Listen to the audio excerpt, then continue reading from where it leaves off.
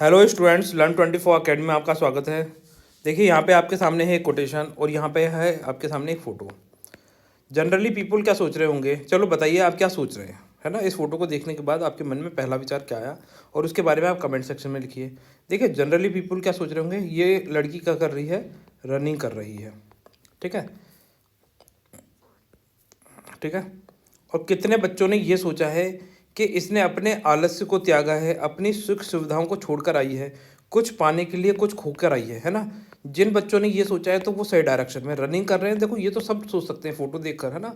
परंतु आप जो उसके पीछे की कहानी है, अगर वो चीज़ समझ पाएंगे तो अपने जीवन में बहुत आगे जा पाएंगे, है ना। तो अगर जैसे मान लीजिए आप हैं, आप में से चलो बताइए कितने लोग ऐसे हैं कि जो सुबह उठकर रनिंग करने जाते हैं। आप उसमें वो कमेंट सेक्शन में लिख सकते हैं एक्सरसाइज कितने करते हैं और एक्सरसाइज के फ़ायदे बता सकते हैं। जो भी आपको अच्छा लगे वो आप कमेंट सेक्शन में लिख सकते हैं, और भी लोग मोटिवेट हों इस तरीके आप कमेंट कर सकते हैं। अब देखिए यहाँ पर, जब थक जाओ तो आराम कर लो, है ना। किसको बोल रहा है ये जो कवि है, किसको बोल रहा है, ये सभी को बोल रहा है जो अपने जीवन में कुछ पाना चाहते हैं।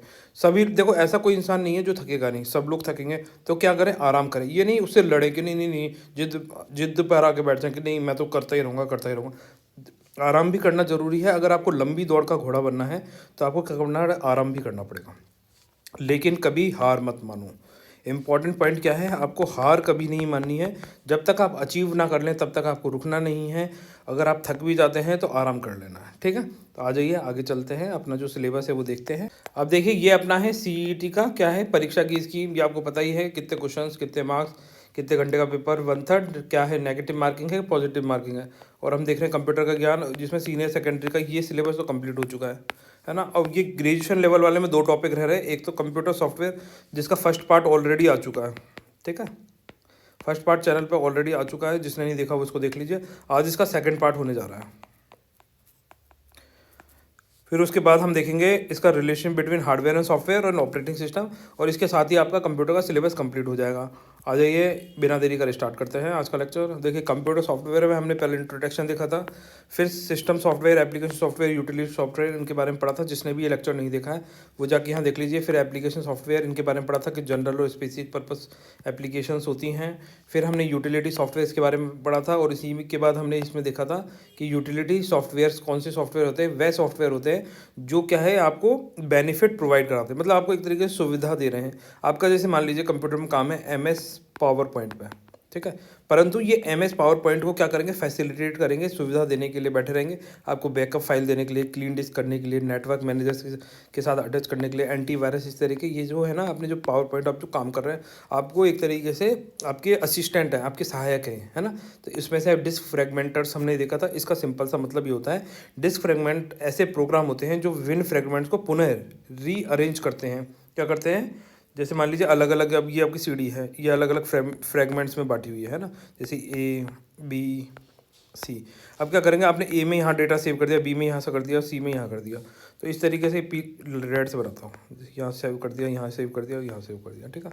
अब ये करेंगे, अलग अलग फ्रेगमेंट्स में अलग अलग जगह डेटा आपका लोकेटेड है, तो उसको क्या करेंगे, रीअरेंज करेंगे, एक जगह ले आएंगे। तो उसका काम कौन करता है, डिस्क डीफ्रेगमेंटर्स करता है। आ जाइए नेक्स्ट देखते हैं, और इसको बहुत अच्छे से पिछले लेक्चर में समझा है, तो वहाँ से अब देखिए यहाँ से आ जाइए। अब एंटीवायरस समझते हैं। अब एंटीवायरस का काम क्या होता है, देखो आपको सबको पता है कि हमारे कंप्यूटर में क्या होता है, ऐसे प्रोग्राम्स होते हैं जो हमारी जो फाइलें हैं, जो हम काम कर रहे हैं उसको ख़राब करने के लिए लोग क्रिएट करते हैं, बनाते हैं, और इंटरनेट और अलग माध्यम से हमारे कंप्यूटर तक अगर वो पहुंच जाए तो हमारे जो भी डेटा है उसको उड़ा देते हैं, एनक्रिप्ट कर देते हैं, है ना। उसमें फिर अपन उसको खोल नहीं सकते, अपना डाटा पूरा लॉस कर देते हैं। तो उन सब चीज़ों से बचने के लिए अपन क्या करते हैं, अपने कंप्यूटर में एक एंटीवायरस प्रोग्राम को इंस्टॉल करते हैं, जो बाहर से जो भी दुश्मन एंटीवायरस मतलब वायरसेस अटैक करते हैं उसके अगेंस्ट में लड़ने के लिए रेडी भी रहते हैं, अपनी सेना बना के तैयार रहते हैं इस तरीके से, ठीक है। ये हो गया कि यहाँ पे खड़े रहेंगे।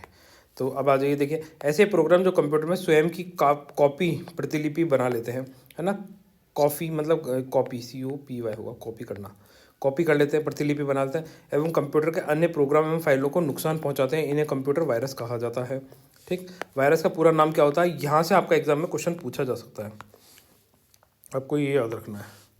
अब देखिए स्टूडेंट्स, वायरस, यहाँ पे आप देखिए वायरस पढ़ेंगे, VIRUS। वायरस की फुल फॉर्म क्या बनेगी, vital information resources under seize, ठीक है। तो देखिए एग्जाम में क्वेश्चन कहाँ से पूछा जा सकता है, इस वायरस से क्वेश्चन पूछा गया है बहुत बार कि वायरस की फुल फॉर्म क्या होती है, और इस तरीके से आपके सामने 4 ऑप्शंस होते हैं। ठीक है।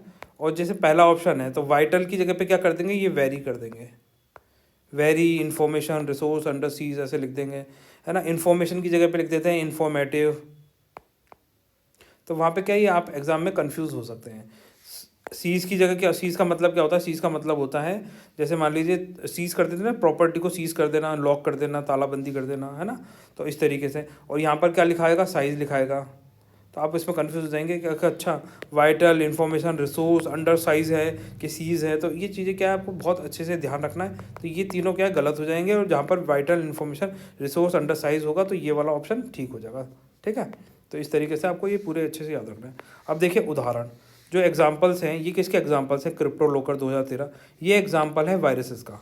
क्रिप्टो लॉकर हो गया, लव हो गया, लव लेटर हो गया, ठीक है, आई लव यू 2000 हो गया। तो ये क्या है, आई लव यू 2000, ये बहुत ज़्यादा चल रहा था उस समय पर, 2000 में, सन 2000 में ये बहुत ज़्यादा एक प्रचलित वायरस था जिसने बहुत सारे कंप्यूटर्स को अफेक्ट किया था।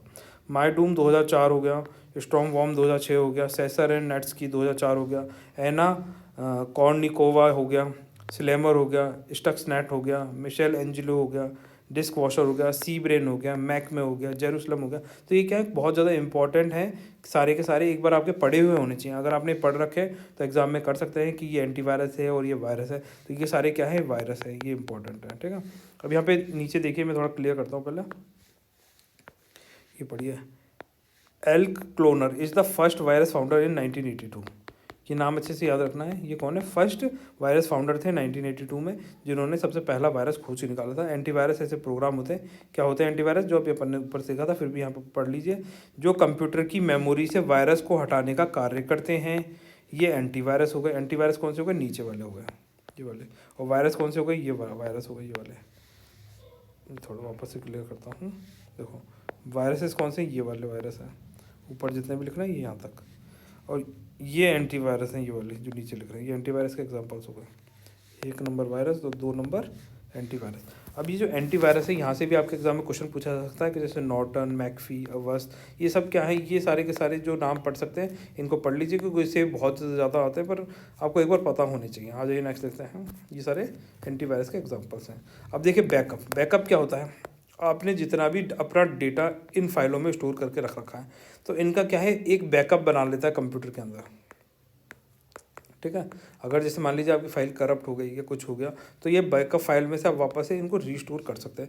ये सॉफ्टवेयर डिस्क पर स्टोर सभी सूचनाओं की प्रतिलिपि बनाता है और डेटा लॉस्ट होने पर बैकअप की रीस्टोर करने पर मदद करता है। ठीक है। तो बैकअप करना बहुत ज़रूरी है। आपका जैसे इंपॉर्टेंट डेटा है और वो लॉस्ट ना हो जाए, तो आप क्या करेंगे, बैकअप करके रखेंगे अपनी साइड फाइल का। डिस्क क्लीनर, अब ये हम पढ़ क्या रहे हैं, पहले तो ये पता होना चाहिए बैकअप क्या है। ये हम पढ़ रहे हैं जो हमारे कंप्यूटर में जो ऐसे सॉफ्टवेयर्स हैं जो हमारी क्या कर रहे हैं, मदद कर रहे हैं। हमारा बैकअप हमारा कोई मेन सॉफ्टवेयर नहीं है, बैकअप हमारे मदद करने के लिए सॉफ्टवेयर है। ठीक है। हम किसके बारे में पढ़ रहे हैं, हम यहाँ पे पढ़ रहे हैं, देखो यहाँ पे पढ़िए, हम ऐसे एप्लीकेशन सॉफ्टवेयर्स में इन सॉफ्टवेयर्स के बारे में पढ़ रहे हैं जो यूटिलिटी सॉफ्टवेयर्स है। ठीक है। देखो जब तक आपको पिक्चर नहीं समझ में आएगी, मैं वहाँ पे बोल दूंगा तब भी आपको समझ में नहीं आएगी। आपको वापस से ध्यान रखना है, एप्लीकेशन सॉफ्टवेयर्स देख रहे हैं, एप्लीकेशन सॉफ्टवेयर हम जनरल देखे थे, फिर स्पेशल देखे थे, उसके बाद में हम जी यूटिलिटी सॉफ्टवेयर्स देख रहे हैं जो हमारी मदद करने के लिए है कंप्यूटर के अंदर। ठीक है। अगर ये चीज़ समझ में आ गई तो चले आगे। ये डिस्क क्लीनर हो गया, ये क्या करता है, इस डिस्क को क्लीन करने का काम करता है। ये सॉफ्टवेयर ऐसे फाइलों को ढूंढते हैं जो या तो डिस्क में काफ़ी अधिक स्पेस ले रहे हों या जो कंप्यूटर के लिए अनावश्यक हों। ठीक है। तो ये क्या करते हैं, डिस्क को क्लीन करने का कार्य करते हैं। जैसे मान लीजिए आपने बहुत लंबे समय तक कंप्यूटर में कोई डेटा स्टोर कर रखा है और उसका कोई इस्तेमाल नहीं है, तो कंप्यूटर आपके सामने ले आएगा कि आप डिस्क क्लीन करना चाहते हैं क्या। ठीक है। या फिर कोई ऐसे सॉफ्टवेयर होंगे जो अधिक बहुत ज़्यादा स्पेस घेर रहे हैं, है ना, और उनका भी कोई यूज़ नहीं है, तो उनको भी आपके सामने ले आएगा कि भैया आप इनको क्लीन करना चाहते हैं क्या। आप उसमें फिर क्लीन करेंगे तभी क्लीन करेगा, ऐसा नहीं करेगा, पर ये ढूंढ ढूंढ के निकालने का काम करता है ये आपको। ठीक है। अब नेटवर्क मैनेजर का काम क्या होता है, नेटवर्क मैनेजर ऐसे सॉफ्टवेयर होते हैं कंप्यूटर में जो क्या कनेक्टिविटी प्रोवाइड करते हैं, अलग अलग कंप्यूटर से अलग अलग सिग्नलों से आपको कनेक्ट करने में मदद करते हैं। ये एवं देखो, ये सॉफ्टवेयर कंप्यूटर नेटवर्क को कनेक्टिविटी को प्रदर्शित करते हैं एवं नेटवर्क सेटिंग कॉन्फ़िगरेशन करते हैं। ये डेटा ट्रांसफ़र या फिर लॉग इवेंट्स को चेक करते हैं। हम देखिए डिस्क पार्टीशन, ये क्या होता है, ये यूटिलिटी एक मेमोरी ड्राइव को कई लॉजिकल ड्राइव में डिवाइड करते हैं, है ना। डिस्क पार्टीशन, जैसे मान लीजिए आपके सामने देख रहे हैं सी, आप देख सकते हैं ना यहाँ पर, ये सी में बटा हुआ है, डी में बटा हुआ है, ई में बटा हुआ है, एफ में बटा हुआ है। तो ये किसने करा, डिस्क पार्टीशन ने इसको पार्टीशन किया है। डिस्क कंप्रेशन, डिस्क कंप्रेशन का मतलब होता है ये प्रोग्राम कंप्यूटर मेमोरी में कंटेंट को एक जगह एकत्रित करके फालतू स्पेस को हटाकर डिस्क की क्षमता को बढ़ाते हैं। एक्चुअली क्या होता है, जैसे मान लीजिए आपके 10 GB की क्या है फाइल है, उसको कंप्रेस करके 2 GB में कन्वर्ट कर देंगे, ठीक है। तो आपकी क्या करेंगे, जो एक्स्ट्रा 8 GB की स्पेस आपके पास खाली हो जाएगी। तो डिस्क कंप्रेशन का इस तरीके से कार्य होता है। आ जाइए, अब देखिए स्टूडेंट्स कंप्यूटर लैंग्वेज। देखिए स्टूडेंट, कंप्यूटर लैंग्वेज समझने से पहले ये समझिए कि देखिए प्राचीन काल में क्या होता था, जो जैसे मान लीजिए मनुष्य हो गए बहुत सारे, ठीक है,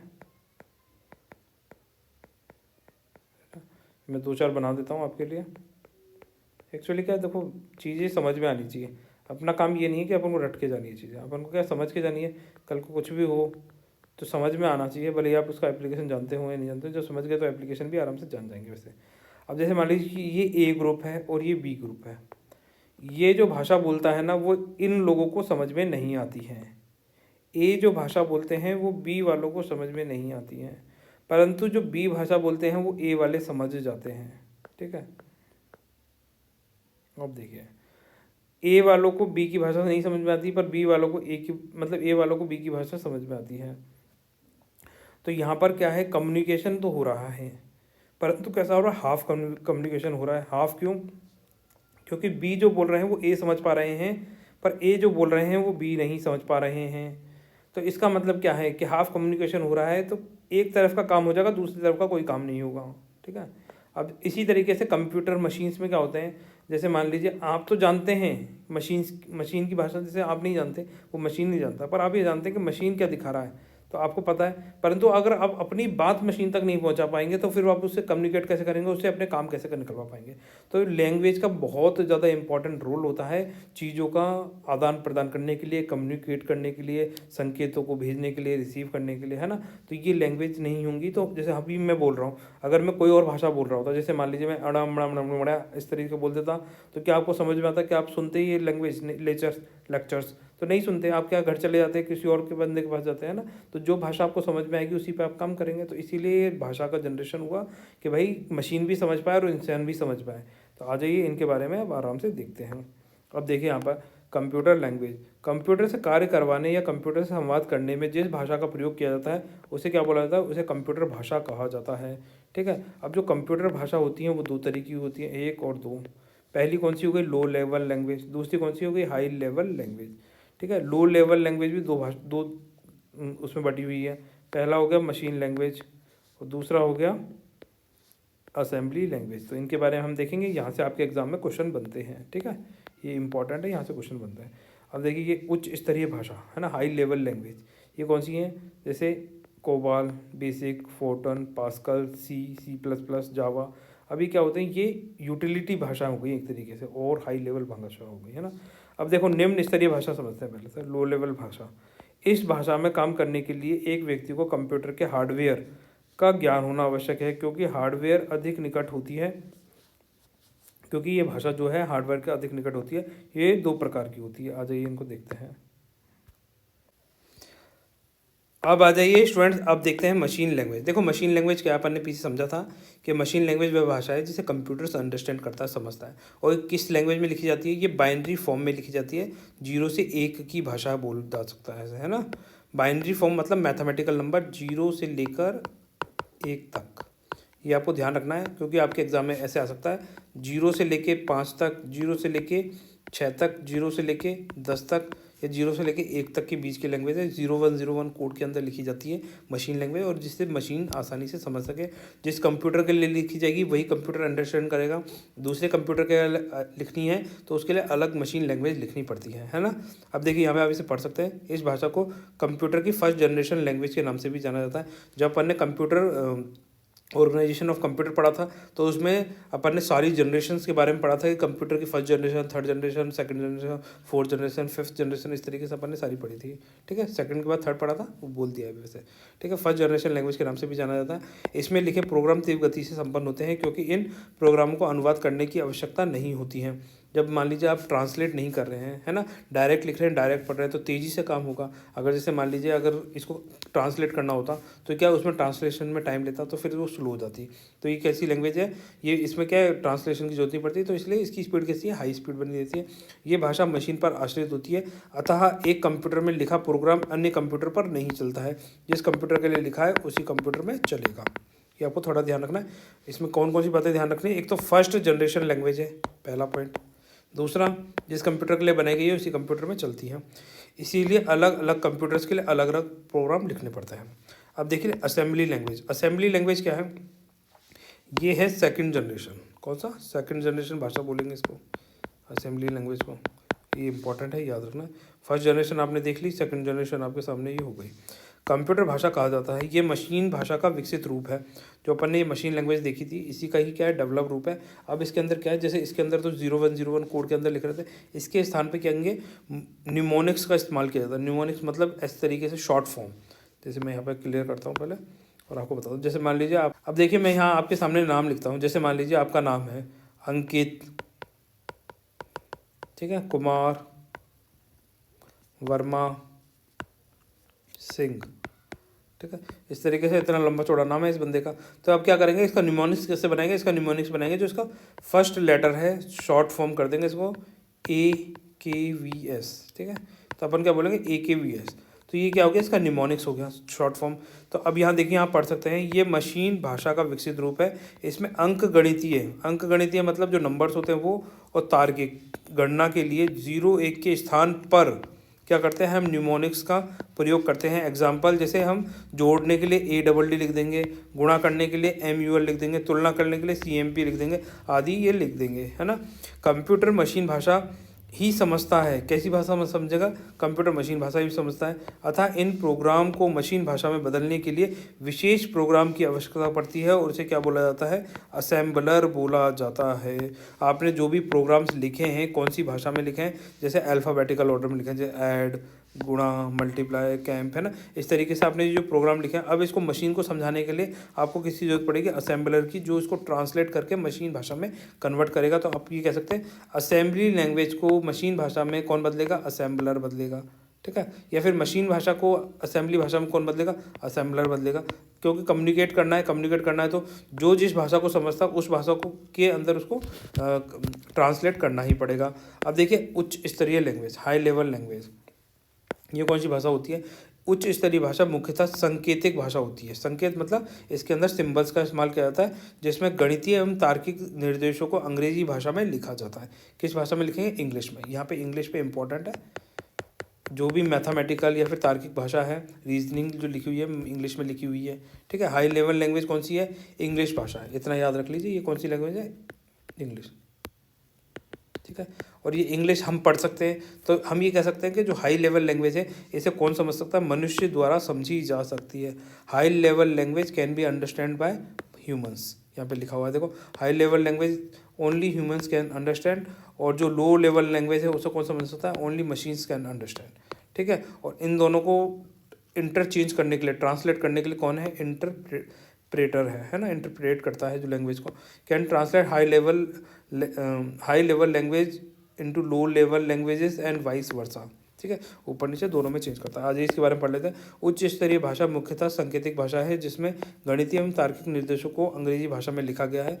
ये भाषा मशीन पर निर्भर नहीं होती हैं। ठीक है, ये इंपॉर्टेंट है। This language is not dependent on machines, अतः इसमें एक मशीन पर बनाया हुआ प्रोग्राम अन्य मशीन पर चलाया जा सकता है। जबकि अपन ने क्या करा था, जो मशीन लैंग्वेज थी, मशीन लैंग्वेज में जो प्रोग्राम जिस मशीन के लिए बनाया वो उसी मशीन में चलेगा। पर हाई लेवल लैंग्वेज में आपने किसी भी मशीन पर कोई भी प्रोग्राम बनाया वो उसको अन्य मशीन पर भी चलाया जा सकता है। इसके लिए प्रोग्राम को कंप्यूटर के आंतरिक परिपथ का ज्ञान होना आवश्यक नहीं है। उदाहरण के तौर पर अगर बात करें तो विभिन्न उच्च स्तरीय भाषा अलग अलग कार्यों के लिए काम में ली जाती है। कुछ उच्च स्तरीय भाषा निम्न इस तरीके से यहाँ लिखी हुई है आपके सामने, आप इनको पढ़ सकते हैं। जैसे पहली है बेसिक। बेसिक्स की फुल फॉर्म है beginners all purpose symbolic instruction code, ठीक है। अब ये निमोनिक्स बना हुआ है बेसिक, बिगनर्स का बी ले लिया, ठीक है, ए से ए ले लिया, एस से एस ले लिया, सिम्बॉलिक का एस ले लिया, आई से इंस्ट्रक्शन से आई ले लिया और सी से कोड ले लिया। इस तरीके से बेसिक बनाया इन्होंने। ये कब डेवलप करी गई थी? सन मतलब ईयर 1964 में डेवलप करी गई थी ये लैंग्वेज में। प्रोफेसर जॉन केमेनी व प्रोफेसर थॉमस क्रूड्स ने यूएसए की कौन सा डार्थ माउथ कॉलेज में इसका विकास किया था। इसका उद्देश्य साधारण कार्य को प्रोग्रामिंग भाषा के जरिए करना था। जो भी अपने साधारण कार्य है अब उसको कैसे करेंगे अपन? प्रोग्रामिंग भाषा के जरिए करेंगे, अपन कंप्यूटर की सहायता से उनका काम करेंगे। तो कौन सी काम कर रही है? बेसिक, ठीक है, बेसिक प्रोग्राम से हम काम कर रहे हैं, बेसिक लैंग्वेज बोल सकते हैं आप एक तरीके से। और उसके बाद देखिए फोटोन फॉर्मूला ट्रांसलेशन। आपको जैसे मान लीजिए कोई काम कर रहे हैं और फॉर्मूला का ट्रांसलेट करना है तो उसके काम में ये लैंग्वेज आएगी। सन 1957 में जॉन बेकस, ठीक है, बेकस की टीम द्वारा IBM कंपनी में इसे विकसित किया। इसका उद्देश्य गणित के कठिन फॉर्मूलों का आसानी से हल करना था, ठीक है। एक्चुअली क्या कंप्यूटर का बनाया ही क्यों है? कंप्यूटर का निर्माण मनुष्य ने इसलिए किया था, जो कैलकुलेशन करने में मनुष्य को हजारों कई वर्षों तक मतलब लाखों साल लग सकते हैं, वो कंप्यूटर कुछ मिनटों सेकंडों आवर्स, है ना, कुछ समय में ही पूरा कर लिया जाए। यह वैज्ञानिकों एवं इंजीनियरों द्वारा काम में ली जाने वाली सबसे पुरानी भाषा है। कौन सी? फोटो, ये याद रखना है ना।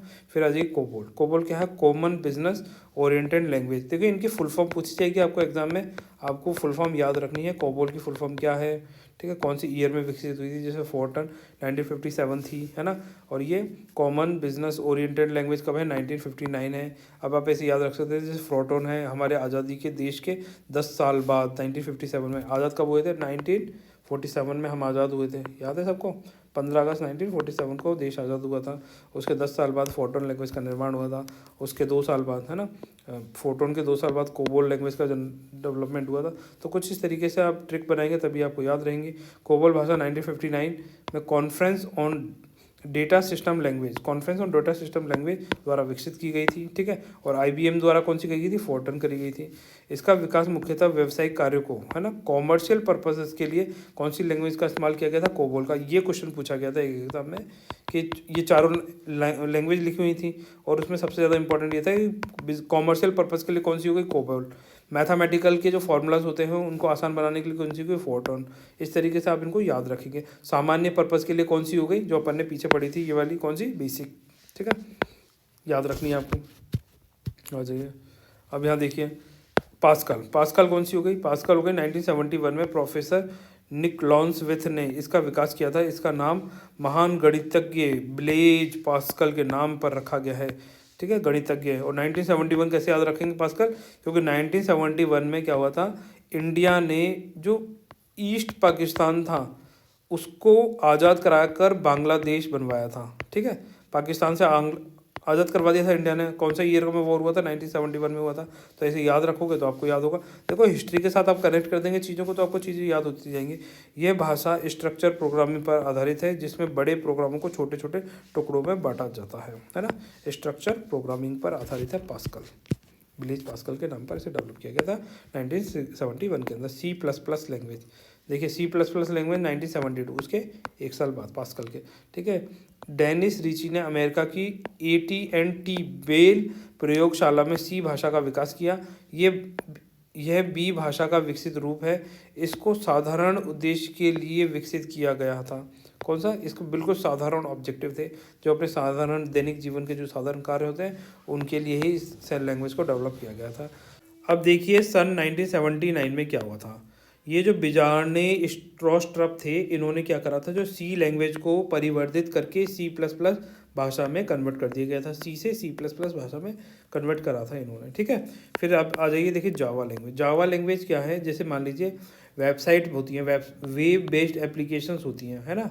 तो वो एप्लीकेशन बनाने के लिए कौन सी भाषा का इस्तेमाल किया जाता है? जावा का इस्तेमाल किया जाता है। सन 1991 में वैज्ञानिकों के समूह द्वारा विकसित की गई ये भाषा वेब आधारित एप्लीकेशन बनाने में काम में ली जाती है। ये भाषा कौन सी?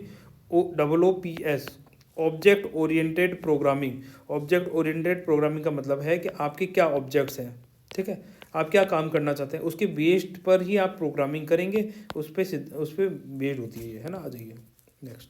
अब देखिए हाइपर टेक्स्ट मार्कअप लैंग्वेज कौन सी लैंग्वेज है। हाइपर टेक्स्ट मार्कअप लैंग्वेज का इस्तेमाल होता है जो हमारे जो वेब पेज होते हैं ना उनकी डिज़ाइन बनाने में। ठीक है, कहाँ पे सर्च होगा, कहाँ पे क्या होगा, जैसे गूगल है, गूगल वेब पेज आपने देखा ही है गूगल का, तो वो किसने बनाया है, वो हाइपर टेक्स्ट मार्कअप लैंग्वेज में ही बना हुआ है। www पर वेब पेज बनाने हेतु काम में ली जाने वाली भाषा HTML है। ये अन्य भाषाओं को सपोर्ट करने वाली भाषा है। अधिकांशतः वेब पेज किस में बने होते हैं, HTML भाषा में बनाए जाते हैं। अब मान लीजिए भाषा समझ में ही नहीं आएगी कंप्यूटर को, तो कैसे बनाएंगे, इसीलिए जो जिस भाषा का काम है वो उस भाषा का काम यहाँ पे बता रखा है आपको। अब देखिए उच्च स्तरीय एवं निम्न स्तरीय भाषाओं में अंतर क्या होता है। High level language and low level language में क्या डिफरेंस है। उच्च स्तरीय भाषाओं को क्या बोलेंगे, हाई, मैं यहाँ लिख देता हूँ लेवल, ठीक है, हाई लेवल लैंग्वेज। ठीक, अब यहाँ देखिए मशीन पर आश्रित नहीं, हाई लेवल लैंग्वेज किस पे डिपेंडेंट नहीं है, मशीनों पे डिपेंडेंट नहीं है। एक मशीन पे बनाइए, दूसरी मशीन में जाके इसको आप रन कर सकते हैं, प्रोग्राम को देख सकते हैं। ठीक है, उच्च स्तरीय भाषा, निम्न भाषा मशीनों पर निर्भर नहीं होती है। एक मशीन पर लिखा प्रोग्राम अन्य मशीनों पर रन हो सकता है। अब देखिए कम गलतियाँ, हाई लेवल लैंग्वेज में क्या होगा, कम गलतियाँ होती हैं। उच्च स्तरीय भाषा में अंग्रेजी भाषा के संकेत होने के कारण कम गलतियाँ होती हैं, जो इंसान मनुष्य आसानी से इनको पढ़ सकता है, समझ सकता है। लिखने में प्रयोग में आसान है। उच्च स्तरीय भाषा लिखने में या फिर बोलने में, प्रयोग में लाने में के लिए अधिक आसान होती है। निम्न स्तरीय भाषा, अब ये कौन सी होगी, लो लेवल लैंग्वेज।